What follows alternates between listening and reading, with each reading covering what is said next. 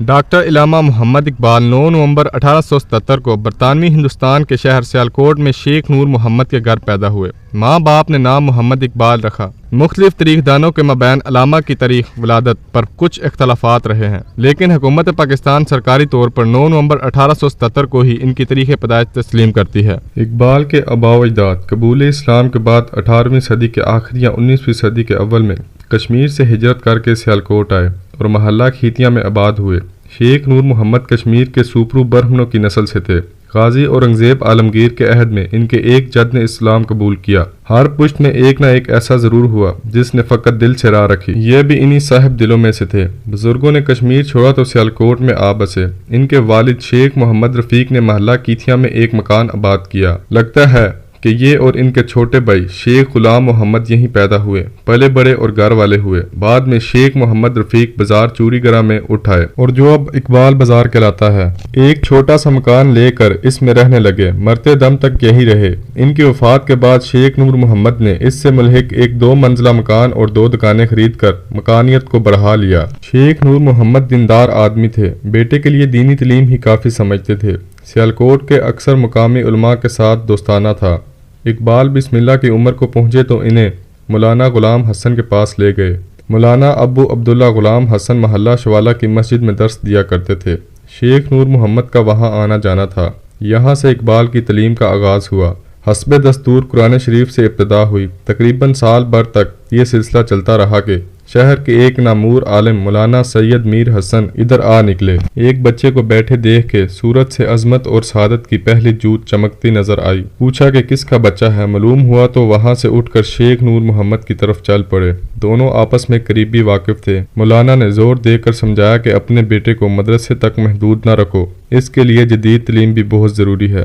انہوں نے خواہش ظاہر کی کہ اقبال کو ان کی تربیت میں دے دیا جائے۔ کچھ دن تک تو شیخ نور محمد کو پس و پیش رہا، مگر جب دوسری طرف سے اصرار بڑھتا چلا گیا تو اقبال کو میر حسن کے سپرد کر دیا۔ ان کا مکتب شیخ نور محمد کے گھر کے قریب ہی کوچہ میر حسام الدین میں تھا۔ یہاں اقبال نے اردو، فارسی اور عربی ادب پڑھنا شروع کیا۔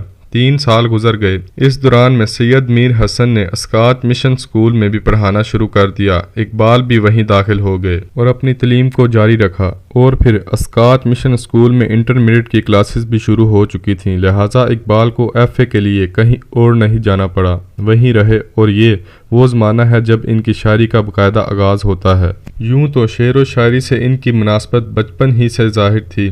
کبھی کبھی خود بھی شعر موضوع کر لیا کرتے تھے، مگر اس بارے میں سنجیدہ نہیں تھے۔ نہ کسی کو سناتے، نہ محفوظ رکھتے، لکھتے اور پھاڑ کر پھینک دیتے۔ لیکن اب شعر گوئی ان کے لیے فقط ایک مشغلہ نہ رہی تھی، بلکہ روح کا تقاضا بن چکی تھی۔ اس وقت پورا برصغیر داغ کے نام سے گونج رہا تھا۔ خصوصاً اردو زبان پر ان کی معجزانہ گرفت کا ہر کسی کو اعتراف تھا۔ اقبال کو یہی گرفت درکار تھی۔ شاگردی کی درخواست لکھ کر بھیجی، جو قبول کر لی گئی، مگر اصلاح کا یہ سلسلہ زیادہ دیر تک جاری نہ رہ سکا۔ متحدہ ہندوستان میں اردو شاعری کے جتنے بھی روپ تھے، ان کی تراش خراش میں داغ کا قلم سب سے آگے تھا، لیکن یہ رنگ ان کے لیے بھی نیا تھا۔ گو اس وقت تک اقبال کے کلام کی امتیازی خصوصیات ظاہر نہ ہوئی تھیں، مگر داغ اپنی بے مثال بصارت سے جان گئے تھے کہ اس ہیرے کو تراشا نہیں جا سکتا۔ یہ کہہ کر فارغ کر دیا کہ اصلاح کی گنجائش نہ ہونے کے برابر ہے، مگر اقبال اس مختصر سی شاگردی پر بھی ہمیشہ ناز کرتے رہے۔ 6 مئی 1893 میں اقبال نے میٹرک کیا اور 1895 میں اقبال نے FA کیا اور مزید تعلیم کے لیے لاہور آ گئے۔ یہاں گورنمنٹ کالج میں BA کی کلاسز میں داخلہ لیا اور ہاسٹل میں رہنے لگے۔ اپنے لیے انگریزی، فلسفہ اور عربی کے مضامین منتخب کیے۔ انگریزی اور فلسفہ گورنمنٹ کالج میں پڑھتے اور عربی پڑھنے کے لیے اورینٹل کالج جاتے، جہاں مولانا فیض الحسن جیسے بے مثال استاد ملے۔ اس وقت تک اورینٹل کالج گورنمنٹ کالج ہی کی عمارت کا ایک حصہ تھا۔ ان دونوں کالجوں کے درمیان بعض مضامین کے سلسلے میں باہمی تعاون اور اشتراک کا سلسلہ جاری تھا۔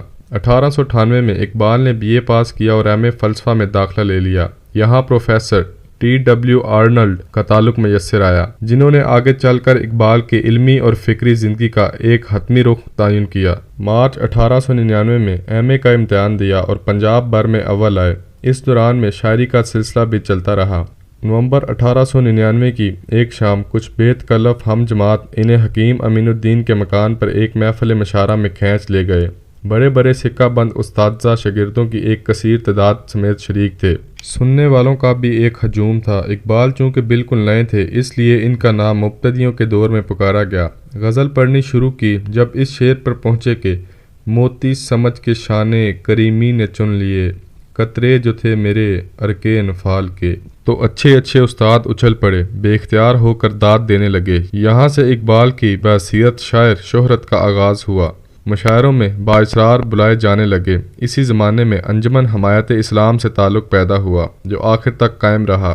اس کے ملی اور رفاہی جلسوں میں اپنا کلام سناتے اور لوگوں میں ایک ایسا سما باندھ دیتے۔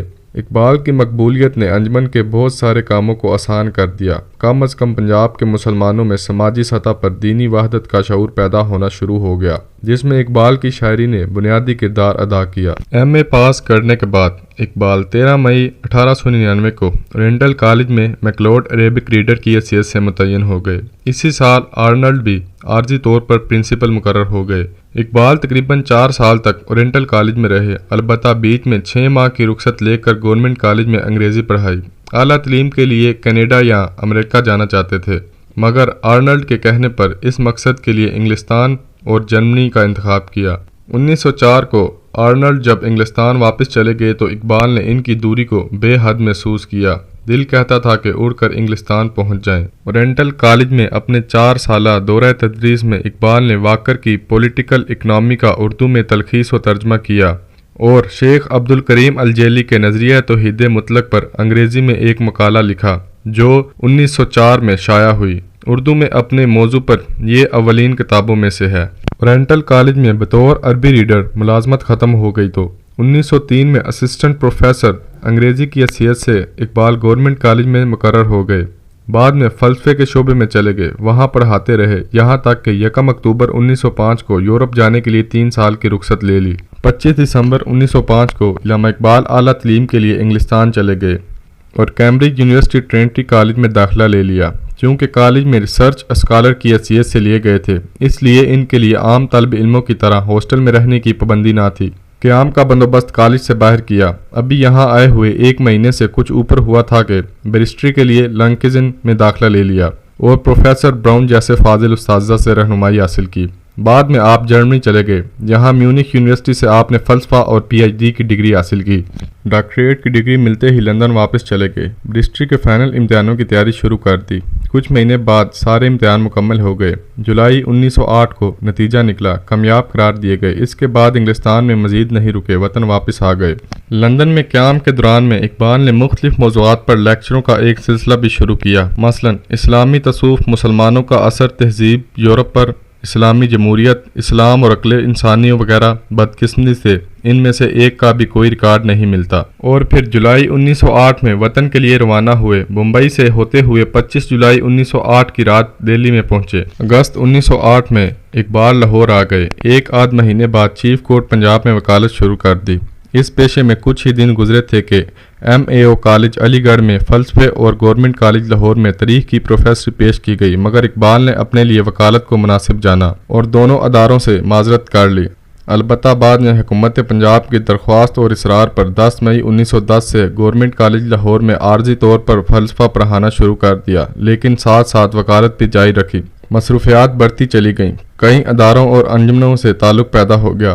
18 مارچ 1910 کو حیدرآباد دکن کا سفر پیش آیا۔ وہاں اقبال کی قدیمی دوست مولانا غرامی پہلے سے موجود تھے۔ اس دورے میں سر اکبر حیدری اور مہاراجہ سرکشن پرشاد کے ساتھ دوستانہ مراسم کی بنیاد پڑی۔ مارچ کی 30ویں کو حیدرآباد سے واپس آئے۔ اورنگزیب عالمگیر کے مقبرے کی زیارت کے لیے راستے میں اورنگ آباد اتر گئے، 2 دن وہاں ٹھہرے۔ 28 مارچ 1910 کو لاہور پہنچے اور پھر سے اپنے معمولات میں مشغول ہو گئے۔ اب معلمی اور وکالت کو ساتھ ساتھ لے کر چلنا مشکل ہوتا جا رہا تھا۔ آخر کار 31 دسمبر 1910 کو گورنمنٹ کالج سے مستعفی ہو گئے، مگر کسی نہ کسی حیثیت سے کالج کے ساتھ تعلق برقرار رکھا۔ ایک گورنمنٹ کالج ہی نہیں بلکہ پنجاب اور برصغیر کی کئی دوسری جامعات کے ساتھ بھی اقبال کا تعلق پیدا ہو گیا تھا۔ پنجاب، علی گڑھ، الہ آباد، ناگپور اور دلی یونیورسٹی کے ممتحن رہے۔ ان کے علاوہ بیت العلوم حیدرآباد دکن کے لیے بھی تاریخ اسلام کے پرچے مرتب کرتے رہے۔ بعض اوقات زبانی امتحان لینے کے لیے علی گڑھ، الہ آباد اور ناگپور وغیرہ بھی جانا ہوتا۔ ممتحن کی حیثیت سے ایک اٹل اصول اپنا رکھا تھا، عزیز سے عزیز دوست پر بھی سفارش کا دروازہ بند تھا۔ 2 مارچ 1910 کو پنجاب یونیورسٹی کے فیلو نامزد کیے گئے لالا رام پرساد پروفیسر تاریخ گورنمنٹ کالج لاہور کے ساتھ مل کر نصاب کی ایک کتاب تاریخ ہند مرتب کی، جو 1913 کو چھپ کر آئی۔ آگے چل کر مختلف اوقات میں oriental and arts faculty senate and syndicate کے ارکان بھی رہے۔ 1919 میں اورینٹل فیکلٹی کے ڈین بن گئے۔ 1923 میں یونیورسٹی کی تعلیمی کونسل کی رکنیت ملی۔ اسی سال پروفیسر شپ کمیٹی میں بھی لیے گئے۔ اپنی بے پناہ مصروفیات سے مجبور ہو کر تعلیمی کونسل سے استعفیٰ دے دیا تھا، مگر یونیورسٹی کے وائس چانسلر سر جان مینارڈ نے انہیں جانے نہیں دیا۔ اس طرف سے اتنا اصرار ہوا کہ مروتاً استعفیٰ واپس لے لیا۔ اس دوران میں پنجاب ٹیکسٹ بک کمیٹی کے بھی رکن رہے۔ میٹرک کے طلبہ کے لیے فارسی کی ایک نصابی کتاب آئینہ انجم مرتب کی، جو 1927 میں شائع ہوئی۔ غرض پنجاب یونیورسٹی سے اقبال عملاً 1932 تک متعلق رہے، پھر انہوں نے اپنا قدم سیاست میں رکھا۔ 13 اپریل 1919 کو امرتسر شہر کے جلیان والا باغ میں ایک احتجاجی جلسہ کیا گیا۔ رسوائے زمانہ جنرل ڈائر نے لوگوں کو گھیرے میں لے کر اندھا دھند فائرنگ کروائی اور سینکڑوں کو موت کی گھاٹ اتار دیا۔ گو کہ اقبال نے اس زمانے میں خانہ نشینی اختیار کر رکھی تھی، لیکن اس حادثے کی دمک ان کے دل تک بھی پہنچی۔ انہوں نے مرنے والوں کی یاد میں یہ اشعار کہے: ہر زائرے چمن سے یہ کہتی ہے خاک پاک، غافل نہ رہ جہان میں غردوں کی چال سے، سینچا گیا ہے خونے شہیداں سے اس کا تخم، تو آنسوؤں کا بخل نہ کر اس نہال سے۔ اور پھر علامہ اقبال مسلمانوں کی حمایت کے لیے کھڑے ہوئے، اور پھر اس طرح 21 اپریل 1938 کو اس دنیا فانی سے رخصت ہو گئے۔